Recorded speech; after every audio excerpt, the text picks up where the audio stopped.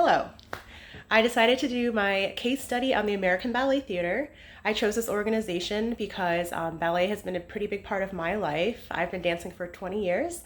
And then in 2015, I became certified through the American Ballet Theater's national training curriculum. And I ended up presenting students for ballet examinations for 3 years in a row, and they all passed. So I earned the title of ABT Teaching Fellow. Here's my plaque to prove it. Um, the funny thing is, I've never seen American Ballet Theater perform live. And I sort of had to dig a little deeper and figure out like why that hasn't happened. So I will get into my reasons later on in my presentation. But American Ballet Theater has been around for 80 years. And when I was doing my interviews with folks and also just sort of doing my own research through like videos and ABT's website, I came up with a couple of words that I think are really great to describe the brand of ABT. Um, and some of those words are captivating, innovative, inspiring, and distinguished. These are words that came up in my interviews when I spoke with a company member and then I spoke with several audience members.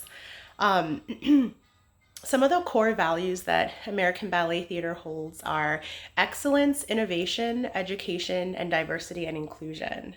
I think these are really great core values, and I really do think that American Ballet Theater does a great job of holding on to those core values and sort of being really being true, staying true to those core values in just like their programming and their offerings for the community.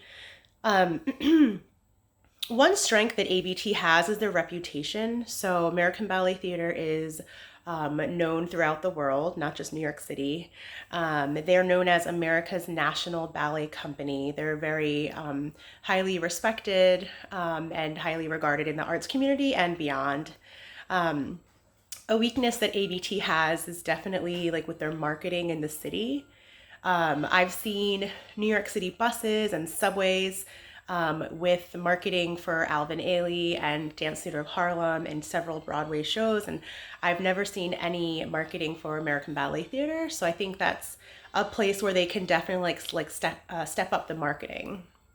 Um, an opportunity that I think would be pretty cool for ABT would be in terms of audience development. So when I did my teacher training, uh, they were sort of letting us know like if you want to buy a ticket for the performance this evening, like those are available.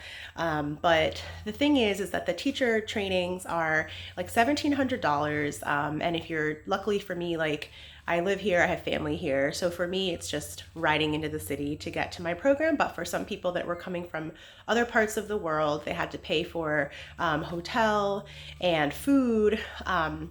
And so to ask people to spend money on a ballet ticket is asking a lot. So I think a really great opportunity for them would be to include two free tickets into like sort of like tuition for the teacher trainings. I think that could be a really great way to expand their audience, and it would be a nice way for the teachers to finish their program. And the program's really hard. It's a lot of studying and it's anxiety, and it'd be nice to just like relax at the ballet and not have to spend any more money. So I think that could be a great angle for ABT to sort of really like grow their audience even more. And then a threat I think that ABT is definitely facing is consumer perception. So historically speaking, ballet has been very elitist and sometimes very white. Um, and I think that sometimes like that perception definitely still lingers.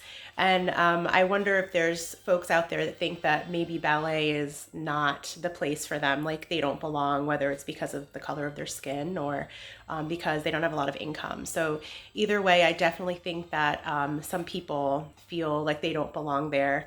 And then also in one of my interviews, it sort of came up that it was a man that was being interviewed, and he was saying that he noticed that every time he would invite one of his male friends to come to see ABT, they would decline. And they sort of felt like it was more of a thing for women to do. And he did have friends that would go to the ballet, but it was because they were forced by their significant other.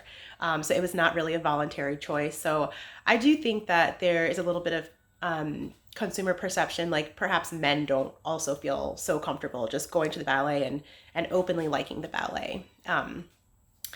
And then for my competitive analysis, I chose to look at ballet as one of the main criteria. So New York City Ballet is definitely going to be a big competitor for American Ballet Theater, as well as Dance Theater of Harlem and Alvin Ailey. Now, one of the big differences between Alvin Ailey and Dance Theater of Harlem as opposed to American Ballet Theater is that their dancers are mostly black and brown. And so I would imagine they're going to bring a more of a diverse crowd than ABT. I have actually seen Alvin Ailey and Dance Theater of Harlem perform, and I do remember seeing a lot of black and brown folks in the audience, as well as younger, like little brown ballerinas at both, which I thought was really interesting. And then one of the things that I think that ABT is doing really well in terms of their marketing is this creation of initiatives that sort of embrace diversity and inclusion. So two of ABT's core values are diversity and inclusion. I think they do a really good job of sort of saying like, hey, like we do believe that, we want to sort of make ballet accessible to the widest possible audience, and we want to create opportunities for dancers of color. And so two of the initiatives that I think are really showing that they're sort of really embracing those core values are, the first one is Project Plie. So Project Plie it's an initiative that brings in young dancers of color into the JKO school, which is the school that feeds into American Ballet Theater. And then the Women's Movement Initiative, which is an initiative that brought female choreographers into ABT to work with their main company as well as their studio company. And I think that these are really great marketing strategies because they're not just saying in their core values like we really embrace diversity and inclusion, like they're really putting it in what they do. One marketing I think that in terms of marketing that isn't going so great for them is their online presence, specifically their website. Their website to me is a little bit boring, and it doesn't really draw me in. Considering the brand, sort of, when people think of ABT, they think of like captivating and inspiring and exciting. And I don't think that the website elicits any of those sort of feelings. So I think they could definitely do some work on the website and just make it a little more engaging for their audience. And then I think another kind of cool thing that I sort of came across in my research was the fact that New York City Ballet has a podcast, which I thought was pretty cool. I think the American Ballet Theater could do something similar. It's just a great way to kind of keep your audience engaged in the work that they're doing and maybe stay connected with the dancers. And then finally, the reason why I've never seen American Ballet Theater is it was always sort of about the money.